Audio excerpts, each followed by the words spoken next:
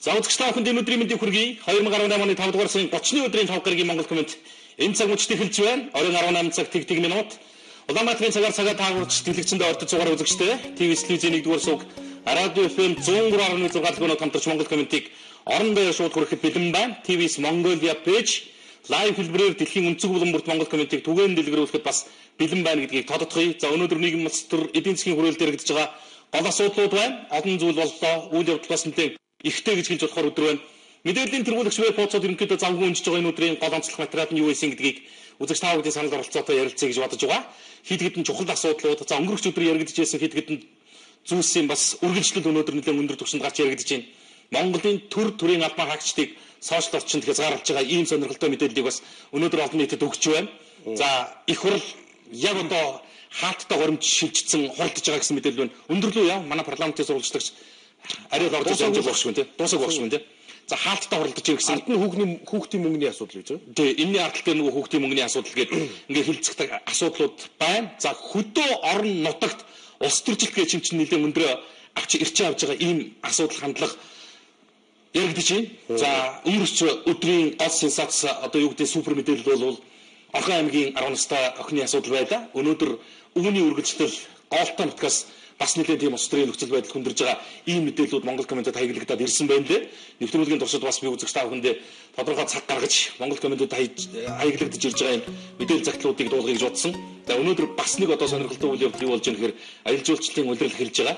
Энэтэй холбоотойгоор бас энэ авиа компаниуд буюу нислэгийн компаниудын үн тариф гэж юм чин одоо үнэндээ бүр агаараас тасарлаа гэдэг асуудлаар их хурл төр засгийн түвшээд хүртэл бас дуурайд эхэлж тодорхой асуудал тавьсан байна. Японд өгөхөд ингийн үед нисчээдэг 2 сая 200 мянган төгрөгийн билет одоо 4 сая 100 мянган төгрөг болсон байна гэж. Энэ бол ерөөсөө ямарваа нэгэн бензин шатгүй юм уу өөр элдв төрлийн татвар хураамж нэмэгдсэнтэй холбоотой биш. Зүгээр эрэлт ихсэж гин гэдэг үүднээс ийм монопол байдлыг бий болгож байгаа асуудал дээр бас их хурлын зарим гишүүд бас асуудал тавьж энэ ялангуяа Кореийн Мята иргэний засгийн байгууллагатай үзгэлсэн тэр 19 жилийн хугацаатай гэрээг цуцлах асуудлаар их хурлын гишүүд бас холбогдох байгууллагатай хандаж ийн гэн. За Монголд мансуурах сэтгцэд нөлөөлөх төрлийн энэ эмгээг бол үндсэндээ өвчний хэлбэртэй болчлоо. Дээрээс нь архитект гэдэг юм хавтгаарлаа гэдгийг түрүүчээсээ дуурайд эхэллээ. Энэ бол үндсэндээ сэтгэл зүй эмгэг боллоо. Иргэд сэтгэл санаагаар унсан ийм нөхцөл байдалтай болж байгаа гэдгийг төрийн жишээд өөрсдөө хүлээн зөвшөөрөөд эхэлж байгаа ийм мэдээллүүдийг бас өнөөдөр Монгол комменттэй хамт байвал сонсон даа үзэгчтэй. Олон асуудал байна. 18 цаг тэг 3 минут урайгаа хэлээд нэвтрүүлгээ эхэлж байгаа. За. Монгол комментэд нэгцгээе. Найруулагч 44 минутын хугацаа өгч байгаа. Товчгоо тодорхой хэлбэрийн мэдээллүүдийг би тэргүүлэгч мэдээллийн веб-сайтаас дуулгаад явчих. Аятайхан амар байна уу гэдэг сайхан мэдээлэлээр эхлэе. Баянгол дүүрэх 60 ортой хүүхдийн 2 эмнэлэг нэг дор ашиглалтанд орж. За нийслэлийн Баянгол дүүрэг бол угаасаа ер нь Улаанбаатар хотын өнгөний дүүргэлтэй. Ер нь бол одоо юу гэдэг шилдэг гэдэг өргөмжлөлт шагналыг л гардаж авдаг болохоос биш иргэд оршин суугчд нь бол энэ дүүрэгт хийж байгаа бүтээн байгуулалтын ажилд бол одоо юу гэдэг сэтгэл дүүрэн байдаг юм лээ. Баянгол дүүрэг бол үнэхээр жилээс жилд өнгө засж байгаа өөдлөн дэвшиж байгаа ийм дүүрэг юм лээ. Одоо уг нь одоо нөгөө нэг олон шагналуудын нэгийг авах хэрэгтэй дүүрэг мөн байсан байх л гэж боддгийн. За тэр яг хөө тэр асуудал тэр ямар ч байсан юу харуулж ийм гэхээр санаачлага байгаа сэтгэл байх юм бол болохгүй зүйл байдгүй юм байна. Баг гэлтгүй нэг дүүрэгт нэг өдөр 2 эмнэлэг зэрэг нээж байгаа энэ үйл явдлыг бас өнөөдөр олзуурхан тэмдэглэхээс аргаалга 60 хүүхдийг эмнэлэгт хүлээж авах хүчин чадалтай болж байгаа гэдэг бол ингээд нэг дор Баянгол дүүргийн 120 хүүхд хүлээж авах ийм хүчин чадалтай эмнэлэг ашиглалтанд орлоо гэсэн үг.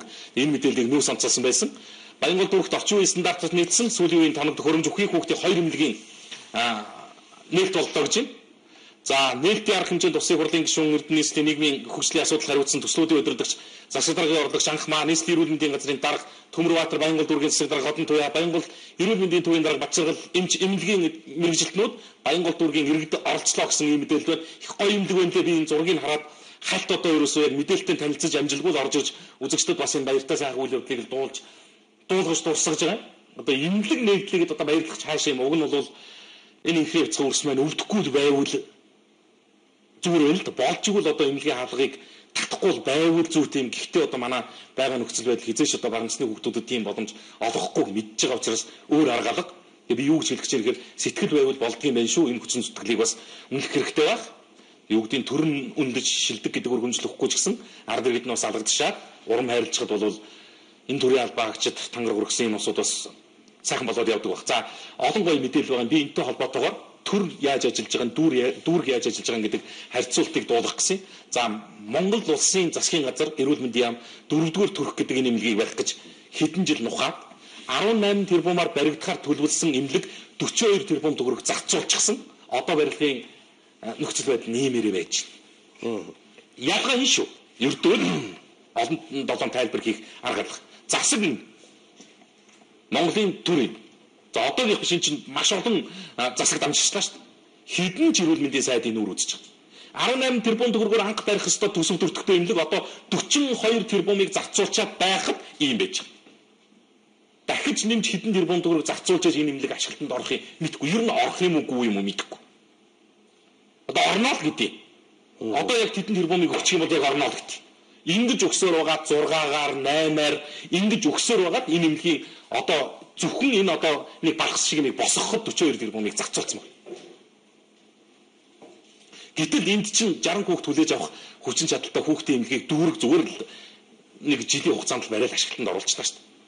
Тэр бас аливаа нэг ийм төрийн иргэнлөө чиглэсэн ийм иргэнлэг ажил хийхин тулд сэтгэл байдгийн байна. Одоо энэ чинь бол мөнгө дутсан юм алга шүү дээ. Та нарын 18 тэрбумаар барина гэсэн ажилд чинь засаг 42 тэрбум төгрөг гаргаж өглөө. Татвар төлөгчдийн 42 тэрбум төгрөгийг өглөө шүү дээ. Ингээд байхад байж байгаа царай нэг. Тэр энэ дээр бол бас жоохон сэтгэл дутж байгаа болов уу гэдэг хандлага. Гогов дээр дэлгэрэнгүй байлээ. Их сурвалжин гогов. Үзээр үзэгчтэй. За их хурсын баяр болох гэж юм. Энэ тентхийн одоо өдөр үйлчлэгээний байгууллагууд олон томоохон арга хэмжээд зохион байгуулах гэж байгаа юм байна. За мэдээллийн сайтуудаар бас энэ 6 сарын 1-ний өдөр их хурсын баярын өдрөөр ямар арга хэмжээ хаана юу болох юм гэдэг мэдээллүүдийг одоо хөтөлбөр цагтаа нартаа тавьсан байлээ үзэгчд үзэж байгаа. Надад одоо сонирн байж сэтгэлд буусан их гоё мэдээлэл нь юу гэхээр нийслэлийн 555 ээжид алдарт одоо олох гэж байгаа юм байна.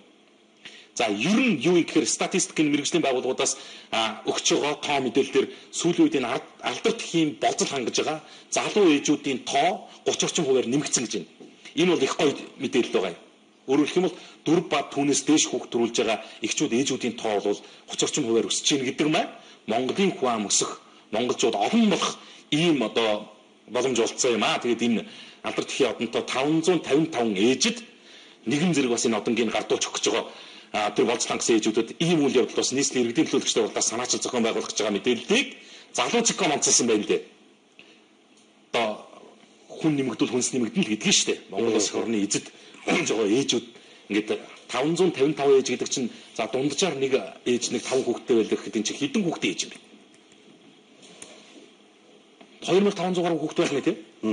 Одоо тийм хүүхдийн л ээж л одоо алдарт их одонд нэг зэрэг авна гэнэ. Ийм гоё үйл явдлыг бас залуу.com онцолсон байсан олон арга хэмжээ болох юм билээ.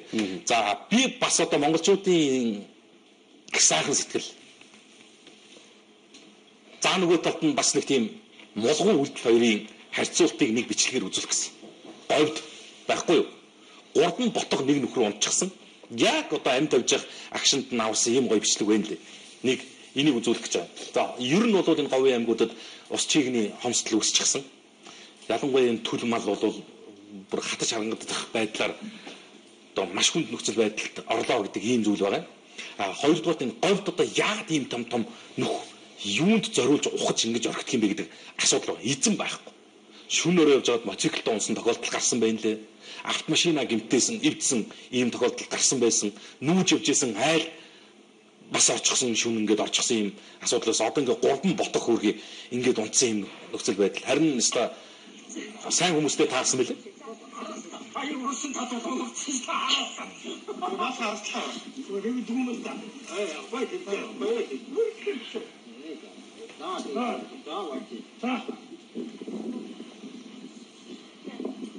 Энэ яах гэж боддог юм бол энийг? Стомитгүй яг л нэг хэмжээсээр хуцсан ба шүү дээ. Тэг чаавс энэ чинь гураваа яваад орчдөг нь яа гэв.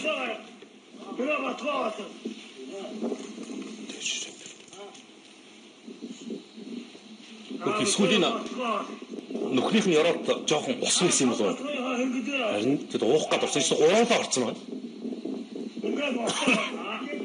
Хаад орсон. Тэгээд дайтай бодохын тулд жижиг нэг байна. Тэгээд орсон. 그 강원이 기차가 갔다 이렇게 주시죠. 왜 많이 За эхнийхэн гал.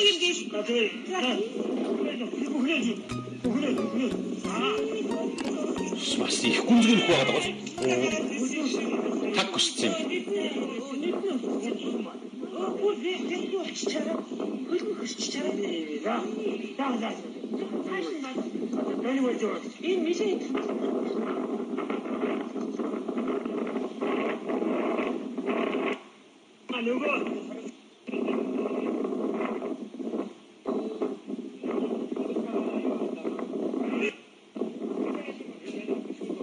Даанга гурван гэр гараад ирсэн.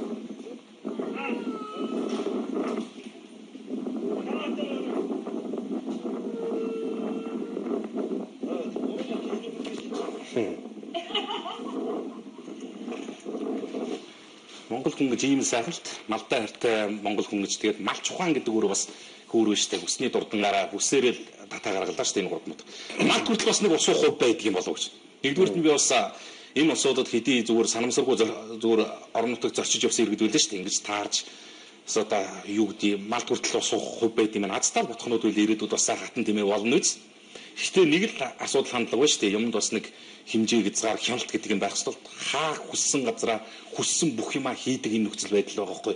Одоо бол сошиал зөндөөл юм явж илээ. Энэ нөгөө геологийнхны л янз янзын одоо юм хайсан, ухсан тийм л нөх байгаа буцааж болохгүй ийм нөх говьд маш их байгаа. Маш олон мал одоо ундаг, хангаддаг тиймэрхүү нөхцөл байдал байгаа. Энэ чинь нөгөө нэг баг зэргийн чийг орохоор тэр нүхнийхээ яваад ингээд жоохон чигтэл харагдчихж байгаа байхгүй. Ингээд ялбагаа баг зэргийн бор орох. Тэгэл энийг ч уух гал мал юм чинь мал шүү. Тонгоогод ингээд орчдөг.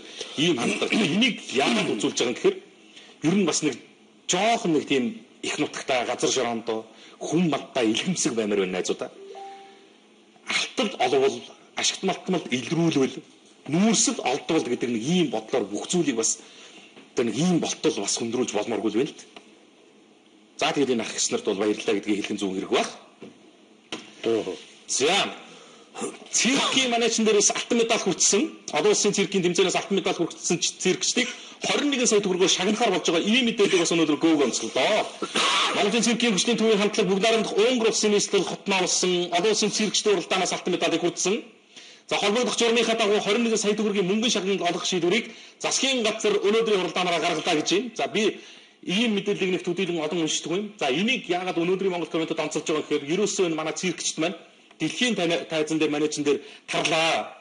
Монгол циркчдтэй өрсөлдөх одоо юу гэдгийг ийм хэмжээний урд чадвартай циркийн одоо маструуд дэлхийд ховор юм аа. Бидний бас одоо нэг тийм том бахархал бол энэ циркчд юм шүү.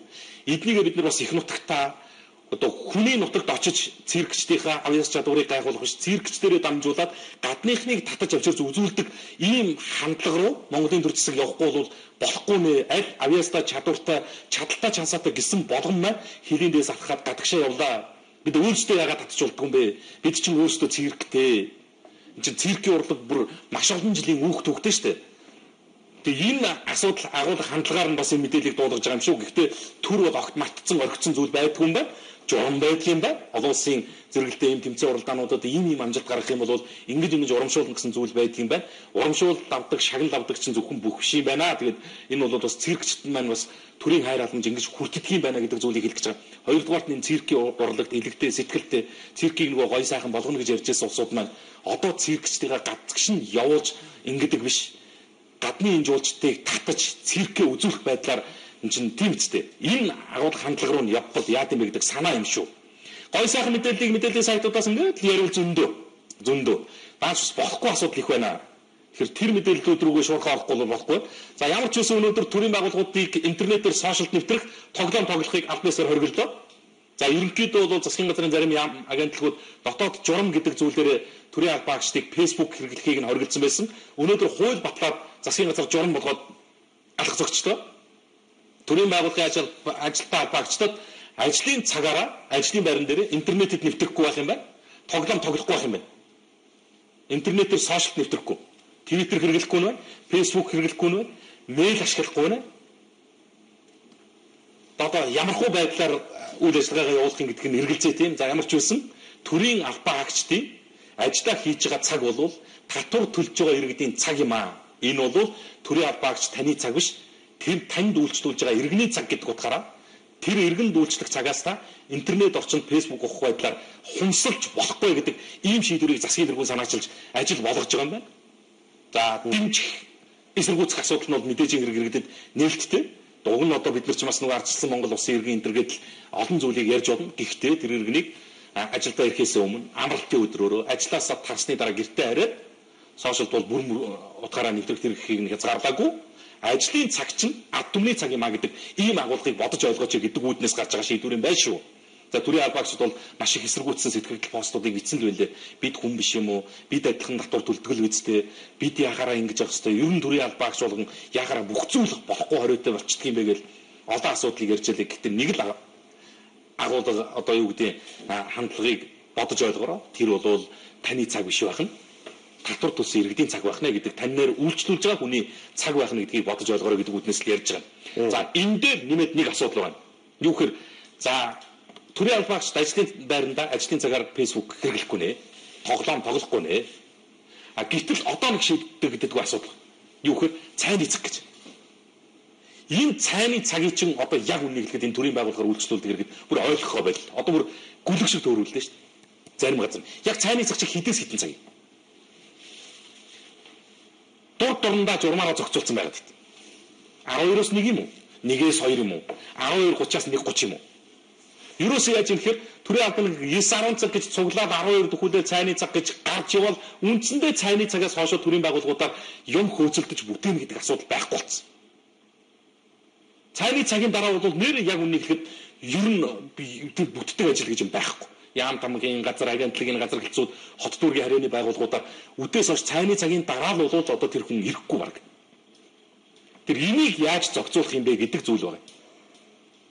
Ирэх цагийг нь бол хурууны хээгэрэн бүртгээд байдаг. Явах цагийг нь яад юм бэ гэдэг ийм асуудлыг бас ярмаар л байна лээ. За Newspress-ийн өнөөдөр онцолсон мэдээлэл энэ шүү. За залууцик.com үндэсний баяр наадмыг 2 тэрбум 981 сая төгрөгөөр зохион байгуулахаар болж байгаа мэдээллийг онцоллоо. Засгийн газар оролцсон 2 тулгуур төрийн 2227 их Монгол Улс байгуулагчны 862 ардын өмсгөлийн 97 жилийн үндэсний баяр наадмыг зохион байгуулахад 2 тэрбум 981 сая төгрөг буюу ойролцоогоор 3 орчим тэрбум төгрөгийг зарцуулнаа гэсэн ийм мэдээллийг тавилаа. За энэ бол өнгөрсөн жилүүдэд Улсын баяр наадмыг зохион байгуулж байсан төсөв санхүүгээс нэмэгдээгүй, хэтрээгүй ийм мөнгөнд дүншүү гэдгийг бас өнөөдөр засгийн газрын хэвлэл мэдээллийн албанаас нийтэд хүргэж байгаа юм байна. За энэ хүрээнд Монголын төр баяр наадмаа зохион байгуулна гэж байна. За энээс өмнө үндэсний бүхий холбоо, за бас Монголын морин спорт уяжлын холбооны эргэн тойронд байж байгаа асуудлуудыг яаж шийдэж зэгцэл зохицуулах юм бэ гэдэг асуудлыг бас өнөөдөр нэлээд шаардж байгаа юм байна. Хоёр талыг бас энэ асуудлаа улсын баяр наадмаас өмнө зэгцэлт нэг талд нь гаргаарай. Аль холбоогоор чинь төрийнхөө баяр наадмыг хийх юм бэ? Аль нь одоо ямар хүчинтэй, аль нь биш юм бэ гэдгийг яаж шийдэх юм бэ гэдэг ийм асуудал хүртэл засгийн газрын хуралдаан дээр яригдсан гэсэн ийм мэдээлэл залууцик.com дээр тавигдлаа. За өнөөдөр бас одоо ийм арт тэргүүттэй байгууллагууд өгсөн хувилдаж үн нэмсэн гэдэг ийм асуудал бас нийтэд хурж байна. Оргил худалдааны төвөөс өнөөдөр бас шударга өсөлтөө хэрэглэгчийн төлөө газар фонд гаргасан гэж байна. Тэгээ сүлжээдэлгүүрүүд үндэсний үйлдвэрлэгч болон ханган нийлүүлэгчдийн бүтээгдэхүүний үн дээр 10% нэмээд борлуулдаг. Номын ийм арт зэргийн зарим сүлжээнүүд бол хитрхи өндөр үнэтэй зарж байна гэдэг ийм мэдээллийг энэ байна. Өөх эн чинь бүр юу юм? 15% зөрүү гарч ирдэг юм шүү дээ. За цэвэр ус, лаацтай, коло одоо зөндөө юм байт юм л. Одоо нөгөө нефт импортлогчдын араас өгсөө үлдэх байдлаар үн нэмдэг нэг юм гоё юм тоож шүү сүлжээ дэлгүүрүүд. Том сүлжээ дэлгүүрүүд хоорондоо ярьдаг, уц зохиод дарга нараа шийддэг. МСС-ийн бүтээгдэхүүнийг хэмээр борлуулчих. Бугийнхыг ингээ, спирт бол бурмынхыг тгий, сүү хувьцаат компанихыг ингээ, номпрешийг тгий гэж. Тэр үйлдвэрээс нэрлж олгож байгаа үнэн дээр энэ сүлжээ дэлгүүрүүд чинь ийм хувь нэмдэг юм байна. Тэдний хүнтэй зараад байна гэдэг нөгөө өсөлтөгч байгууллага нь өнөөдөр өсөлтөний байгууллагад гомдол гаргасан байна шүү дээ. Нэг үнийн бодлого гэдгийг хэн хаанаас зохиогоод байгааг мэдэхгүй. Тэдний хүслээр үнэ 5%-аар хизээч нэмэхгүй, хэрэглэгчдийн эрх ашгийг ингэж зөрчиж болохгүй гэж нэмсэн. Өөрөөр хэлэх юм бол өөрөөсөө ингэж үнэ нэмчээд бусдыгаа үнэ нэмэхгүй байгаа сүлжээ дэлгүүрүүдэд шахсан байна шүү дээ. Жишээ нь оргилыг шахсан байна шүү дээ. Танах манай энэ сүлжээнүүдийн нөгөө өгсөж тохирсон үннээс танах 5%-аар хямдхан зараад байна. 5%-аар нэмээ гэж. Гүйт 9 шидийн их үзэх юм аа. За иймэрхүү мэдээллүүдийг ярина өнөөдөр цаг бас байгаа. Аль болох шуурхав шүү. Лайв ч байхгүй юм байна. Лайв байхгүй нэ. Найруулагчаа лайва дахиж өгөөрэй. Гарч ирсэн лайвнаас тасарчих шиг болно лээ. Нэг хаагаад ордог. Хаагаад орж байгаа янз янзаар л үзэж байгаа. Тэгвэл нийл яриад байх гэсэн үг шүү. Тэмээ хариуцсан буураад чадахгүй гэдэг шиг л үг шүү. За. Тэгвэл би яриад байх юм тийм үү? За ярьж. За тэгвэл ярьж. За өнөөдөр бас хөндөгдсөн гол сэдв асуудал юу байсан гэхээр зэрэг уулын байж болох Эрдэнэ төлөвлөлттэй холбоотой асуудал хоёр талдаа яригдлаа. Нэгдүгээрт нь нөгөө төрийн эзэмшлийн 51% дээр Стандарт банкнд барьцаан тавьсан асуудал дээр Эрдэнэ төлөвлөлтийн удирдлагууд өнөөдөр Улаанбаатар хотод ирж олон нийтэд мэдээлэл хүргүүлсэн юм байна. Стандарт банкны төлөвлөлтөд уулзах хүсэлтийг гаргасан хариу ирүүлээгүй байгаа юм байна. Тэгэхээр өөрөөр хэлэх юм бол Стандарт банк бас энэ хууль ус үйл ажиллагаанд хувилдах байдлаар оролцсон уу гэдэг ийм нөхцөл байдал үүсэж байна. Эрдэнэ төлөвлөлтийн удирдлагууд бол үндсэндээ Стандарт банкны удирдлагуудтай нэг ч удаа уулзаагүй байгаа юм байна. Тэгээ уулзъя, тодорхой хэмжээнд мэдээлэл авъя, мэдээлэл солилцъя. Ямар хөө нөхцөл байдлаар аль хэдэн оноос эхлээд ямар албан тушаалтнуудаар дамжиж юу болсон бэ гэдгийг бид мэдэх хэрэгтэй байна. Энэ бол одоо төрийн өмчөд иргэд олон нийтийн одоо юу гэдгийг үндэсний баялаг юм а гэдэг ийм зүйлийг ярихаар Стандарт банкны төлөвлөл бол уулзсан ч гэдгээ хэлэхгүй, уулзахгүй ч гэдгээ хэлэхгүй ийм нөхцөл байдалтай байна гэдэг мэдээлэл байна шүү. За ингээд байж байдгийг энэний араас яад юм гэхээр зөв 49%-ийг эзэмшиж байгаа Монголын засаг корпорациас өнөөдөр асуудал тавьдаг юм а. Монголын засаг яад гэхээр үндэсний аюулгүй байдлын зөвлөлд ханддаг. Энэ үндэсний аюулгүй байдлын зөвлөлд хандж байгаа асуудал нь юу юм гэхээр зэрэг ерөөсөө Монголын засаг корпорац 18 оны 5 дугаар сарын 30-ны өдөр 14 цагт Эрдэнэ төлөвлөлтөөр 51% гадна банкнд барьцаалсан хэрэгтэй холбоотой асуудлаар Монгол улсын үндэсний аюулгүй байдлын зөвлөлд хандж байгаа. Яг нөгөө 51%-тай холбоотойгоор 49% үндэсний аюулгүй байдлын зөвлөлд хандж байгаа. Гэтэл эргээд нөгөө 41% чинь бас боломж ахуулж ийн гэдэг ийм мэдээллүүд бас сошиалд явж эхэлнэ. Уг нь бол юу гэдэг сайнтай ч мунтаж бас үрдэн үзэгдэж чинь гэж хэлж болохоор алхмууд бас нааш таарагдж байгаа юм байна. Одоо Эрдэнэ төлөвлөлтөөр 51-49 гэдэг хуваар биш нийлэнхүүд нь 100% Эрдэнэ төлөвлөлтөр шүү гэдэг тэр агуулга ямар ч байсан харагдж эхэлж штэ. Энэ мэдээлэлээс 49 ч 51-ээ ярьж болно, 51 ч 49%-ийн асуудлыг ярьж болно гэдэг тэр агуулга байна штэ. Өөрөөр хэлэх юм бол эхэндээ яасан гэхээр зөвхөн 49-49% ярих ёстой, 51-51-ийг л ярих ёстой гэдэг тийм агуулга байсан бол одоо тэр нөхцөл байдал өөрчлөгдөж байгаа юм байна. Энэ нэг сайшаалтай. Хоёрдугаарт нь ямар ч байсан энэ үйлдвэрлэлийн хувийн хвшилд ороод энэ төр боллоо гэж гомд шүмжил олон л яригдчихсэн. 15 тэрбум төгрөгийн хууль бусаар хийгддэг байсан шахаа байхгүй болчихсон байж шээ. Зөвхөн шахаан дээр Эрдэнэ төлөвлөлт одоо ханган нийлүүлэлт гэж байгаа юм да. Шахаа юм. Боловсон шахаа. Ийм хэлбэрээр бол 15 тэрбум төгрөг бол хэмнэгдсэн байна гэж. Түр төмний мөнгө штэ. За ингээд Эрдэнэ төлөвлөлтөй холбоотой асуудал энд яригдана. За гэтэл чуулганы нэг зуралдаан дээр ямар асуудал яригдах вэ? Архины асуудал яригдана.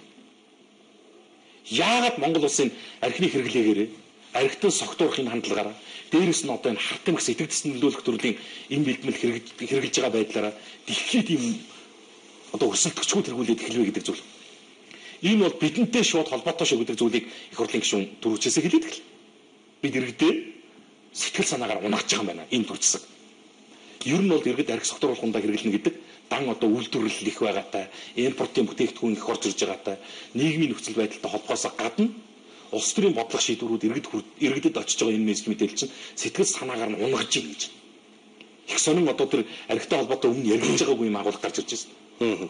Иргэд бас сэтгэл сан өөрөөр хэлэх юм бол оюун санааны гутралд ороод архи гууж ийн гэдэг юм зүйл ирж. Сонсдоо та нар. Найруулагч дийлэх зөөрөд. Ер нь чулуухын хэлэхэд бол монголчууд маань сэтгэл санаагаар унжээ гэж дүгнэхээр л байна л да. 30% нь одоо ингээд архитан донтолтод 750 мянган гаруй иргэдэн маань ингээд энд хамааралтай орчихсон байгаа маань харагдаж байна. Эндээс тэгэхээр бид одоо ард иргэдийнхээ төлөө иргэн тойронд байгаа энэ ийм одоо өвчнөд нэрвдэж байгаа хүмүүсийнхээ сэтгэл зүйг ойлгож хүнлэгээр хандаж бүр одоо ямар тусламж эмнэлгийн үйлчлэгээ эрүүл мэндийн даатгалд хамруулж ээж сэтгэл зүйн байгууллагуудыг олноор бий болгож ээж эдгээрийг одоо сэтгэл зүйн талаас нь дэмжих нийгмийн энэ олон стресст өртөөд байгаа энэ зүйлүүдээс нь гаргах ийм талаасаа бас хамтарч бодож ажиллах зүйтэй байна гэж. Сони энэ байр суурь гарч ирж байгаа. Тийм ээ нөө. Сэтгэл зүйнээс нөлөөлж байгаа бох төө. Нэг сүүлийн үед угаасаа нэг ийм юм яриад байгаа шүү дээ. Зангиатай харагчид их хичлээ гэж. Чи ийм хүү юм сонсож байна уу?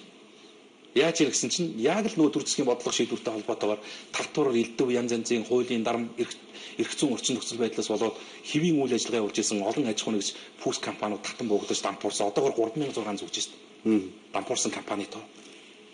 Тэгэд энэ байгууллагуудыг удирдахжээс удирдлагууд нүүрээр хэлэх юм бол дампуурсан компани захирлууд архив уудаг боллоо гэдэг чинь сэтгэл санаатай холбоотой юм. Тэгээд одоо яаж ярьсан чинь нийт иргэдийн 30% буюу 750 мянган иргэн бүр архинд донтолттой гэдэг онцтой явж ирсэн. Донтолттой. Ууж байгаа нь хэд юм бэ? Үндэсний аюулгүй байдалд нөлөөлөх хэмжээний асуудал гэвэл энийг л ярмаар байна шүү дээ. 732 мянган иргэнтэй тэрнээс 750 мянган архичтай гэдэг ингэ боддоо. Донтцсон. Зүгээр уудаг нь бол баг 50-60% байх гэж байна. Зүгээр ууж байгаа нь. Донтоогүй зүгээр гэхдээ уудаг хэрэгэлдэг нь.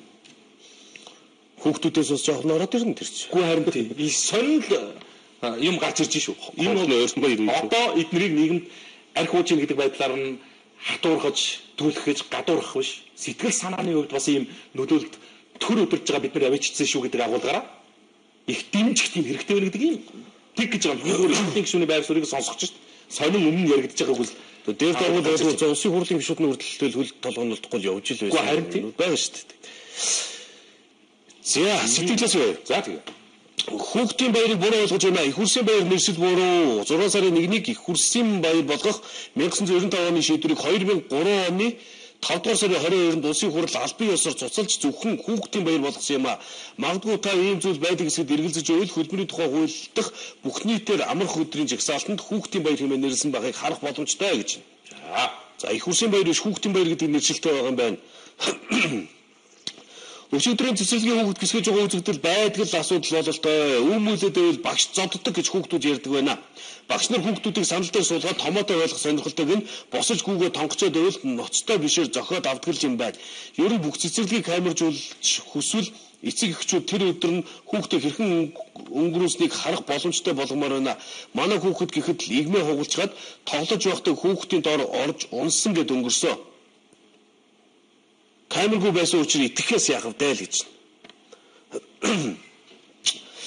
За Америкийн нэгдсэн улс визатай гэтэл гадаад паспортын хугацаа дууссан паспортоо солиулвал дахиад визанд орох уу гэсэн байна. Тэр визтэй холбоотой паспорт аваад очдог гэсэн. Визтэй холбоотой нэг ноцтой асуудал яригдчих штэ. Сүүлийн үед яаж яах гэсэн чинь одоо энэ чинь дипломат байгууллага бас олон улсын хоорондох харилцаа энэ гэдэг юм а бодмоор штэ. Одоо энэ Солонгос руу гардаг виз байха боллоо. Төрийн албан агшид сүүлд болох олон улсын хуралд очих гээд виз нь бутсан ийм тохиолдол гарлаа. Төрийн албан агчид. Төрийн ажил хийх гэж байгаа хүмүүс аахгүй. Олон улсын хурал цуглаанд очих төрийн албан агчдын хүртэл виз гаргах боллоо. Энэ нэлчинд ажиллаж байгаа солонгосч төр, монголч төр ажилчид энэ консулын байгууллага улсууд энэ хүнтэй бүр үнэхээр хүн биш юм шиг харцдаг ийм хандлага газар авчлаа шүү дээ. Солонгост очсон залуучууд одоо юу гэдэг ажил хөдөлмөр эрхэлж байгаад визээ хэтрүүлэх, эсвэл визийнхаа зориултын бусаар ашиглах, харлах ажил хөдөлмөр эрхлэх асуудал хоёр улсын энэ харилцаа яг ямар хамаатай юм. Энэ асуудлыг бас үнэхээр ярихгүй болох байж. Ерөөсөө энэ сүүлийн үед энэ Солонгосын элчин гэдэг юмны чи хүн суртал дийлдэхэ байлаа шүү дээ. Иргэдийг бол үнэхээр дуйлдуулж хинэн ч хэлнэ энд виз үзүүлж байгаа хэрэг. Хоногт 900 иргэн очиж байгаа шүү. Энэ элчин лөө хоногт 900 иргэн очиж байгаа 50 гаруул их юм. Тэр 50 яаж гарч ийн гэдэг нь бас их сонирхол. Хоёр жижиг баримт бүрдүүлэх юм бол хоёр юу лээ? Хэдэн сараас бүх насаар нь үлээ. Эхлээд 2 жилийн хугацаатаар дараа нь бүх насаар нь Солонгос улсад виз мэдүүлэх хэрэггүй болж байгаа. За тэр байгуулгын журам байж. Гэхдээ та нар болилт байж. Төрийн албаагчид юу гэсэн үг юм? Солонгосчууд ч гэсэн Монгол руу ирдэг л үстэй. Ирээд ажил амьдраад өчнөө ресторан буудлын ажиллуулаад зарим нь алтны уурхай хүртэл эзэмшил явж л байгаа шүү дээ. Тэгээд Солонгост очиод харалцсан нэг Монголд ажилтнаар Монголын төрийн ажлыг одоо хааж болно гэдэг чинь юу гэсэн үг вэ? Олон улсын хуралд очихсан ийм төлөөлөгчдийн виз хүртэл гараагүй гэдэг ийм гомдол замд яригдж шээ. Энийг бас энэ завшид ёстой нөгөө завшааныг ашиглаад гэдэг шиг хэлхээс өөр аргагүй сэдв байлээ. Монгол ардын нам засаг солиодч нэмралгаа намын дараа солиодч дэвшил алга ингэж бичлээгээд ардсан намыг магтах шалтгаан жоохгүй адилхан арчиг намаа гэсэн сэтгэлсэн байна. 5 сард хүний оромж 9 хоног ажилласан чинь халамжаас салентай ээж 50,000-аас хасчихсан байх юм аа л гэж байна. Ийм юм одоо маш нарийн нэгт харж идэм байна. хасахгүй л юм хасах масах юм өгөхгүй болох тал руу болохоор маш нарийн юм. Бүрдүүл түлхэж штэ андаа ерөөсөө. Өгөх юм болохоор зэрэг нөгөө нэг хэд хүүхдийн мөнгөд горьцсон ээж аав нарт бол бараа нь харагдахгүй. Юу болоод байгааг нь мэдхгүй шийдвэр гараагүйгээс суучдаг. За гарамжаа тийм бол өөрөө төлөлтөө гэсэн байна. Монголын залуучууд бүгд л арх уудаг штэ гэсэн байна.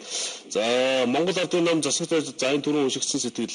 За энэ өдрийн минь төргий Булган аймгийн Сэлэнг сумын сургуулийн сурагчдын их эцгийн зөвлөл гэж хэсэг бүлэг нөхөд энэ ядарсан ард түмнийг ядаргаанд оруулж байна.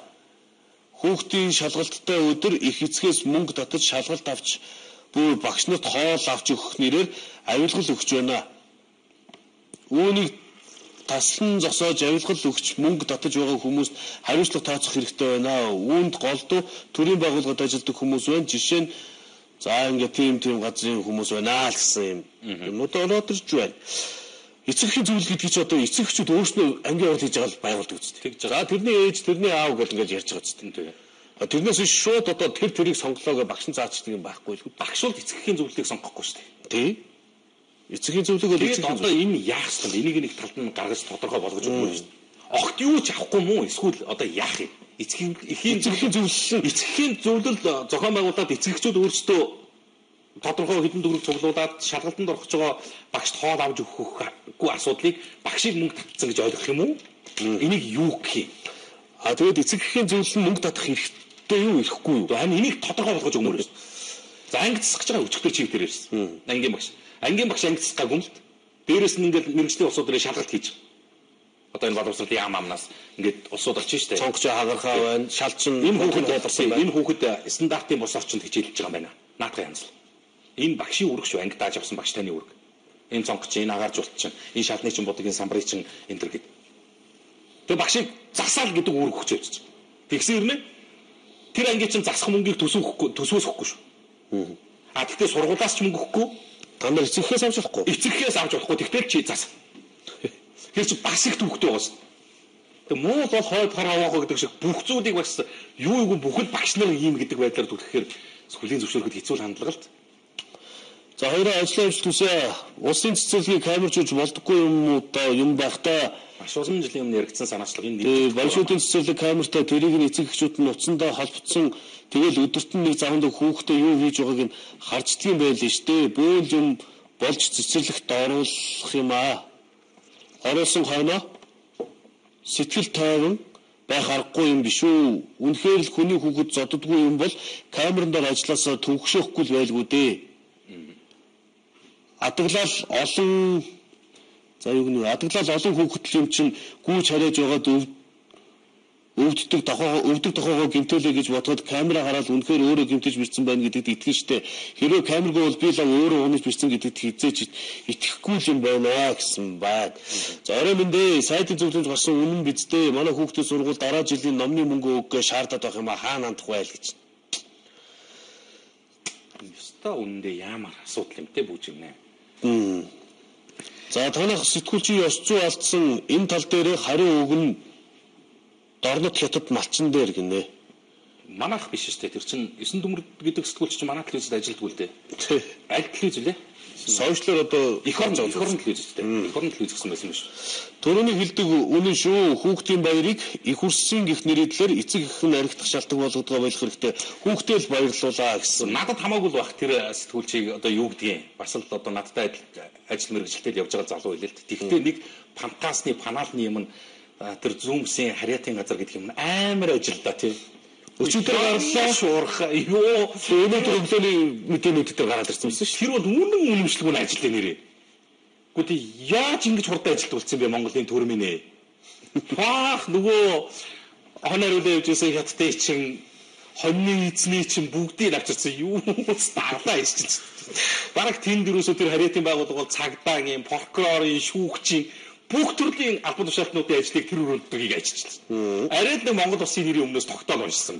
Ийм панаалны үгүй юм байлээ. Энэ үгүй хойно хариулж өгөөгүй юм байлээ. Сэтгэлтэй тайлбар мэлбэртэй юм байлээ. Сүүл одоо хятадууд бол мундаг тосрох хүмүүс ирнэ хүний хонь молдыг наашин цааш нь гаргалцахад бол байнга ингэж идэг гих гэж байгаа юм уу. Тэгээд одоо угаасаа манай дорнодыг муухай харагдуулахаас сүүлийн үед ингэж хятад гэдэг PR явуулаад байгаа. Хятад ихтэй болчлоо гэдэг юм явуулаад байгаа. Бид хятадгүй шүү гэж хэлэх гээд байгаа юм. Тэгсэн ирнэ зөвхөн Петро Чайна 600 хятад байгаа. Шиншинд хийдэг юм. Ингээд тоороод нэг компани 600 хятадтай юм. Тэгсэн ирнэ энэ сэтгүүл ингээд стаа байлаа. За одоо тэр сэтгүүлч яаж ажилласныг би шүүж мэдэхгүй.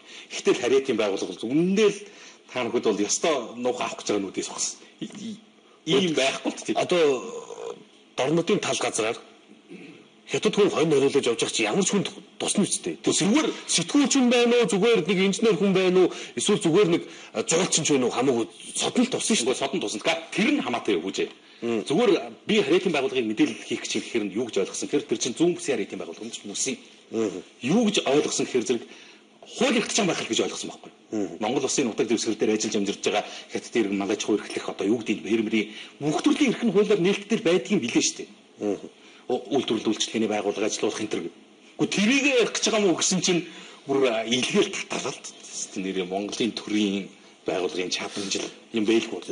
Хятадтай холбоотой асуудал төр Монголын төр маш хурдан ажилладаг. Амар хурдан ажиллаж байгаа. Тэгээ дандаа нөгөө нэг эрх ашигын талд нь гарсан шийдвэрүүдэд танилцуулдаг нэг юм дүр зурагтай л харагдаад байна. Гэхдээ ямар хот ийм хүмүүс. Одоо Монгол энд нэг хүн ийм байна гэдээ өчнөө хийлэгдэж байгаа асуудал Монгол хүмүүс бусад телевизүүд бусад хэлбэр мэдээлэлээр зөндөө яригдаж байна. Энд нэг ийм асуудал байгаад байна шүү гэхэд хэд хийзээд очиж тийм асуудал одоо жишээ нь бүжээ. Монгол улсын иргэнийг хятадын иргэн экскаватораар дайрж аваад жил 6 сарын яал аваад одоо тэр нь тэнцлэх гэж байна гэдэг асуудлыг сүүлийн жил яриад дийлдэг вэ. Одоо хятад хүн Монголыг алдсан энийг. Гүрээ хятадгүй хонь хариулаа явж байна гэдэг нэг юм тавьсан ч ингэж ажиллах юм. Үзээр ингэж хүрээд байгаа юм шүү дээ. За хувийн эрхний үйлдвэрүүдийг хаяа 1500-ийн архинд хамаг хүмүүсийг алаад дууслаа шүү дээ. Үүн дээр дөрвтойхон зүйл хиймээр байна. 1500-ийн архи гэж одоо бас байдаг юм байна. Байгаас одоо нэг юм тусал шиг болцсон. Тусал тийм нэг 50 грамын 100 грамын шингэнүүд үүдэж чинь наатар тийм сонголгоод болцсон. Ялгар цаасд болцсон. Одоо яг үннийг хэлэхэд сайн сайхан болцлоо гэж яригадаад байгаа тэр дорнодын зах дээр ч юм бол байж байгаа. 3000 төгрөг гэ байд. Монголын элчин бас солонгосчуудад визийг нөхөхгүй адилхан байл да гэсэн байна. Манайх чадахгүй ш. Манайх ч суул юм чи. Ажил хийж сураагүй хүмүүс бэлэн мөнгө хүсэгчд мөнгө болохоор архинд нь өгдөг байх та ямар мөнгөний үн цэнийг мэдэх штэ гэсэн байна. За билегийн талаар мэдээлэл явуулах маа сошиалар яваад байна л гэсэн байна. Ямар мэдээлэл яваад байгаа? Мэдэхгүй. Юу яваад? За явж л үү. Тэгэл намайг л нэг гоё сайхан дараалал гараагүй гэж тийм. За хүний эрхийн асуудал улсын хурал ерхий сайд байсан хүмүүст хамаатай юу жирийн иргэд ард алд хааж байгаа цэрэг шоронд хоригдож байгаа оргидол энэ тэр хүний эрхийг зөрчигдөж байгааг шалгаж үздэг юм болов уу даа л гэсэн. Энэ хүүхдийн мөнгө ямар хүмүүс аваад байна? Би халамжийн групптэй 155 мянган төгрөгөөс өөр орлогогүй хүүтэйгээ хоёулаа амьдардаг. Тэгэхэд хүүг минь хасчихсан байна л гэсэн байна. Дорнодын цастай үед татсан нь үнэн юм уу? За энэ хил хамгаалах байгууллагаас албан ёсны мэдээлэлээр бид нар уншиж дуулгасан шүү дээ. Ингэсэн юм а тэдэн оноос эхэлж манай албаагчд ингэж хүсэлт гаргаад ингэж хийцэн гэл ингээл бүх зүйлийг нь танилцуулсан шүү дээ. Одоо өчигдөр ярьсан юм өнөөдөр дахиад ярихаар чинь тэгэл дахиад нуршсан болно. Одоо намайг энд ингээл загнаад билгээ үнэхээр тасархаа нурших юм аа. Тасархаа нуршаад байна. За арх бол ажилгүй байгаагийн нэг уршиг юм аа. Имсэтийг түлхүү байгуулж мэрэгжил сургалтын төвийг гэж юм байна. Түлхүү байгуулж мэрэгжилтэн бэлдэх хэрэгтэй байна. Их сургуулиудын шаардлагыг өндөржүүлээ шаардлага хангахгүй хаах хэрэгтэй байна л гэсэн байна. Яаж хаана хандвал танаа нэвтрүүлгийн цагийг урт болгох боломжтой вэ л гэж. За багш нарт долгиулсан сурлаг муутай эцэг эхчүүд багш нарыг хөлдөө ширч байна л гэж. За сургуулийн ой болно гэд мөнгө нэхэд байх юм аа. Өөртөө яй гэж ухад танах боломжтой айл гэдэл нэхэд байх юм аа. Энэ ой гэж аригтгаа болмоор юм аа. Гэхдээ энэ ой одоо сурж байгаа хүүхдүүдэд ямар юм. Ой төгсөө явцсан ой гэж аригдах чинь болов саяны гишүүн яриад байгаа тэр сэтгэл санаагаар унж аригдахаас бас өөр аригдал. Тэр чинь бас нэг өөр төрлийн аригдал болоо явчин тий. За солонгосын виз гарахгүй байгаа шалтгаан нь Монгол талаас байгаа хөө хүн болгонд виз олгоод байвал Монголд залуу хүн үлдэхгүй харин солонгосчуудад бол хаалсан байна уугүй юу ажиллах хүчин хэрэгтэй шүү дээ гэсэн байна. Цэцэрлэг 5 өдөр болохоор дотоод ажилтаа гээд хүүхэд авахгүй юм аа гэсэн байна. 5 дахь өдөр гэж байгаа юм байна л да. За Чехийн элчин хүртэл адилхан хүн суртал ихтэй ярилцлаганд орох цагаа 1000 евро гэж зараад байх юм аа л гэж. За хань чи орлоо хайртай шүү гэж мөнх хоёр мөгийг гэдэг хаягнаас бичжээ. Эцэгхийн зөвлөл гэдгээ болох хэрэгтэй. Анги засварыг хийхгүй байх нь багш нарт амраа гэсэн. За ингээл өхгүй хийхгүй л гэсэн хүмүүс байдаг болчтой. Сайн уу энэ хүүхдээ харж байгаа ихэд сар болгон өгч байгаа мөнгийг хүүхдээ харж байгаа аав жаагаад өгч болтгүй юм бэ. За чанар мото шатхууны дүгнэлтийг нийтэд зарлаж чадахгүй төр байж хятадын мал хариулж байгааг төр ингэж байхч гэж дээ. Хандгаа гээд мянган архины үйлдвэрийг хааж чадахгүй байгаа юм уу? Урд нь 2 хүн алсан хэрэг шүү дээ. Хандгаа гинүү. Одоо хандгаа бааваа гэж нэрлэл яваад идэх бах та. Түв аймаг үүлээ буудаач ээ л гэж. Зарим нь одоо үйл их буудаад байж таа гээл. Зарим газарт бүр үйл буудаг. Яаж нь одоо энэ ч бас нөгөө техник өнөөдрийн халууныг харах юм бол айхтар байна. Энэ халуун чинь 6 сарын 1-нд бас үргэлжлэн гэж шүү. Тэгжил. Тэгээ одоо өдрийн цагаар бол хүүхэн шухтаа авч гараад авах нэг хэрэг байхгүй юм шиг байна. Тэгээ олон арга хэмжээнүүд л болох юм байлээ дээ. Айтайхан сайхан болох байлгүй дээ. За хэд хэдэн мэдээллүүдийг дуулах чи. Мэдээ мэн өнөөдөр материал хэрэгтэй байлаа да. Мэдээ мэн нэгдүгээрт нь Улсын төв клиникийн нэгцэмлэгийн даргаыг үүрэгт ажиллаас нь чөлөөлж байгаа мэдээллийг онцоллоо. Эрүүл мэндийн сайд Саран гэрэл Улсын нэгдүгээр төв эмнэлгийн дарга Учирбатыг үүрэгт ажиллаас нь чөлөөлөх тушаал гарын үсэг зурсан гэж байна. За энэ эмнэлгийн зүрхний хавхлах солих таславчны цоонхоо нөхөх хагалгааны улмаас 35-аас 40 насны 2 хүн амь насаа алдсан хэрэг гарсан гэж байна. За өнгөрөх өдөр Монгол Улсын гавьяа тэмч Жамбалжуу энийг бас хэвлэлийн багварлын үеэр нийтэд мэдгдсэн. Энэ асуудалтайгаар нь холбоотойгоор эмнэлгийн удирдлагыг бол үүрэгт ажилласан чөлөөлөлөө гэж. За хуулийн байгууллага яаж ажиллаж ямар хариу тайлбар өгөх нь бол арай болоогүй байх. Гэхдээ шалгалтын ажил эхэлсэн гэж байна. За 100 айлын худалдаачид дутууд жинтэй бараа зарж байсныг шалгалтаар тогтоолоо гинэ. Ерөнхийдөө бол уудтаа цемент бол 5-10 кг дутдаг гэж. За ингээ будаг гэхэд 2-3 литр дутуу яг нөгөө нэг стандартаар заачихсан тэр зүйлсээс дандаа дутуу савлгаатай ийм бүтээгдэхүүнүүд худалдан борлуулж байгаа гэдгийг би иргэдэд бас жин грамыг нь сайн үзэж тэр зүйлд аваараа барилгын сэзэн орсон байж тань чинь гэдэг мэдээллийг дуулгая. Энд нэг ноцтой асуудал болсон. Энэ яригадад энэ юусэн нэг юм дарагчдаг. Өөрсдийнхөө алдааг болохоор ингээд хамж авчраа хаг дарчдаг. Тэгэд хэлэхэр зэрэг ингээд байгууллагын албаагчдын нэг бүрэлдэхүүний иргэнд талт. Алаад өгнөө та нар гэдэг нэг юм. Юу ярих вэ гэхээр зөрчлийн үйлдэл ярьдаг. Би мэдчихээн. Болцсон баримттай үнэн эцгэх нь гомдлоо гаргаад ирж байгаа юм та нар яа. Хүний хүүхэд цэргийн албанд албаах гэж очиод амиа алдчихлаа шүү дээ. Бүр тархин дэг үнэ гарсан юм л шүү дээ том хоёрт чинь. Төв аймгийн Баян чамдын сумд болсон хэрэг байна. Мэдээ цэгийн дээр байна. Энэ сарын 19-ний өдөр оройн 19 цагийн орчим Төв аймгийн Баян чамдын сумын нутагт байрлах хэдийн цэргийн техник 154 ангийн албаагч хээрээ сургуулийн үеэр амиа алдсан ноцтой хэрэг гарсан. Осол сургуулийн хашаанд болсон бөгөөд тус ангийн 8 албаагч ГАЗ 53 маркийн автомашиныг түрж байсан. Удмаар машины хойд 2 дугуй орчимд түрж явсан албаагч автомашины доогуур орж осолцсон хэрэг гарсан. Надан бус их сургуулийн мэдээснээр амиа алдсан цэргийн цогцос 2 хуваагдсан байсан гэдэг ийм асуудал байна. За энийг болоод би мэдэхгүй. Үнэхээр нүдээр хараагүй учраас. Гэтэ боллоо шүү дээ энэ хэрэг. Инглээ тэглээ гэдэг зүйл дээр та нар тайлбар өгч л доо. Нэг хэвлийн зэргийн ангийн нааш нүүлэгчтэй ингэччээ гэдэг зүйл дээр шин маргааш нүсрээд ирд юм л шүү дээ. Хоноогүй багт. Стоо тийм байхгүй. Та нар хэлчтийн нэргүнд талдаа. Хэлчтийн нэргүнд талдаа. Эдгээр ч өөрсдөө нүүе гэж нүгсэн болохоос бид нар ингээгүү. Итэл яг үнэндээ цаана юу байгааг тэнэг хүн биш болохоор бид нар ч бас нэг сэтгүүлч нэг урж өдөр манай энэ өдөр мэдээлэл хөтөлбөрөөр гарсан. Их сурвалжийг бид нар замын цагтаас авсан. Ийм зүйл болсон уу? Ийм хүн амиг гарсан. Ингэсэй гэд хэлж өгс. Тэгээд хэлийн зэрэг интернэс нь асуулах зэрэг мэдхгүй тийм болсон юм яасан гэд. Тэгээд бусад хэл мэдээллийн байгууллагууд нь болохоор ингээд бас мэдээ гаргадаг. Тэгээд одоо энэ мэдээ цэг миний мэдээ тий. Хүний хүүхэд амиа алдчихлаа шүү дээ. 19-нд бас одоо өнөөдөр 30 гэдэг чинь 11 хоног. Хийж дуграагүй нэг. Ингэж гарсан даруйдаа баг гарсных нь тэр оройд нь хэвлэн урлыгээд уусгуугаад мэдээллийг нь цацчих ёстой шүү дээ. Байгууллага хариуцлага үрж ёстой. Тийм нэр хүндтэй байгууллага юм бол тэр нэр хүнд амар хариуцлага үлээж ёстой. Чихтэй л даруухан нэр хүндтэйгээ үст. Тийм шүү дээ. Чи тэр амар албан тоо дөрвс. Би нэг Наару цаануугийн нарийн ширээний судлаад мэдсэн тэр сүлэнхэрийн заставыг яагаад нүүлгсэн энэ төр. Тэнд 15 мянган га газар эзэмшгээр хүсэлт гаргасан компани байгаа. Мэдв. Энийг юусэн нуух юм байхгүй. Баримт нь байгаа юм чинь тэгээд дуулгандаа. Хоох энэ цагт дуусч байгаа юм уу? Хүрч чадсангүй шүү дээ. За Мойсийн удирдлагууд 23 оноос 2003 оноос хойш 2013 оноос хойш юм уу? Энэ 394 хүний дүнг зассан гэсэн нэг юм асуудал. Энэ Мойсийн оюутнууд чинь энэ асуудлаа шийдэхгүй бол үлсгэлэн зарлана гэдэг өчигдөр зарласан биз. Өнөөдөр ийм асуудал хоёр талтай асуудал яригдаад байгаа. Хоёр талтай асуудал байна наач.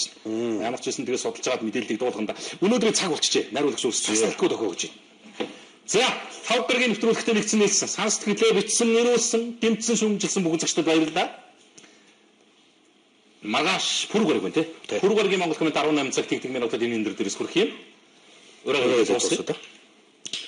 Монгол комментэд нэгтгэцгээе.